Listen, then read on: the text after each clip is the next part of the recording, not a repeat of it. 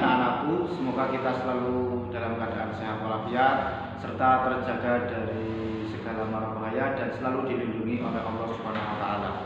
Pada kesempatan yang baik ini kita akan mempelajari tentang materi bahasa Indonesia selanjutnya. Nanti anak-anak bisa disimak dan ketika ada penjelasan Pak yang belum jelas bisa ditanyakan. Anak-anak bisa dibuka halaman 56 buku LKS Bahasa Indonesia. Kita akan mempelajari tentang meneladani kehidupan dalam cerita pendek. Meneladani kehidupan ini perlu kita teladani karena di dalam kehidupan ini terdapat peristiwa-peristiwa ataupun pengalaman-pengalaman yang patut kita contoh dan ambil hikmahnya, baik itu kejadian yang menyenangkan maupun tidak menyenangkan dalam cerita pendek, sehingga di dalam cerita pendek itu terdapat pesan atau kisah seorang tokoh yang mungkin bisa kita teladani kehidupannya atau kisahnya bisa menginspirasi kita semua, sehingga bisa diteladani kehidupannya dalam cerita pendek. Untuk penjelasan kali ini Pak An akan menyampaikan nilai-nilai yang terkandung dalam sebuah cerpen.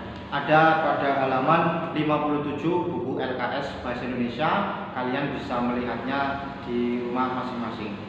Ada 8 nilai yang terdapat dalam sebuah cerpen atau cerita pendek.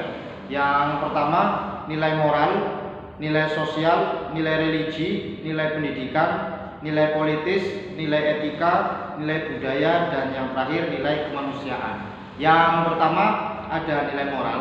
Nilai moral adalah nilai yang berhubungan dengan tingkah laku atau akhlak budi pekerti. Ketika kita menjumpai cerita pendek dan di situ terdapat kutipan tentang akhlak pribadi seorang tokoh, itu berarti berbicara tentang nilai moral dan itu bisa dijadikan bukti untuk bukti watak nilai moral. Yang kedua ada nilai sosial, berarti nilai yang berhubungan dengan kemasyarakatan. Yang ketiga nilai religi atau keagamaan, berarti hubungan-hubungan dengan keagamaan atau dengan Tuhan yang Maha Kuasa.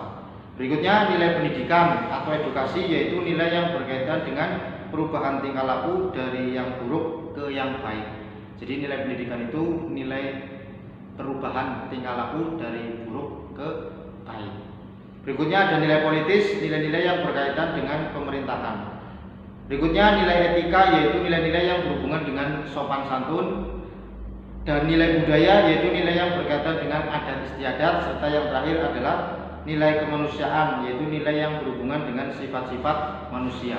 Jadi nanti ketika kita membaca sebuah cerpen, terdapat kutipan atau dalam cerpen tersebut masing-masing nilainya bisa kita identifikasi atau kita kenali. Demikian penjelasan singkat dari Pak An.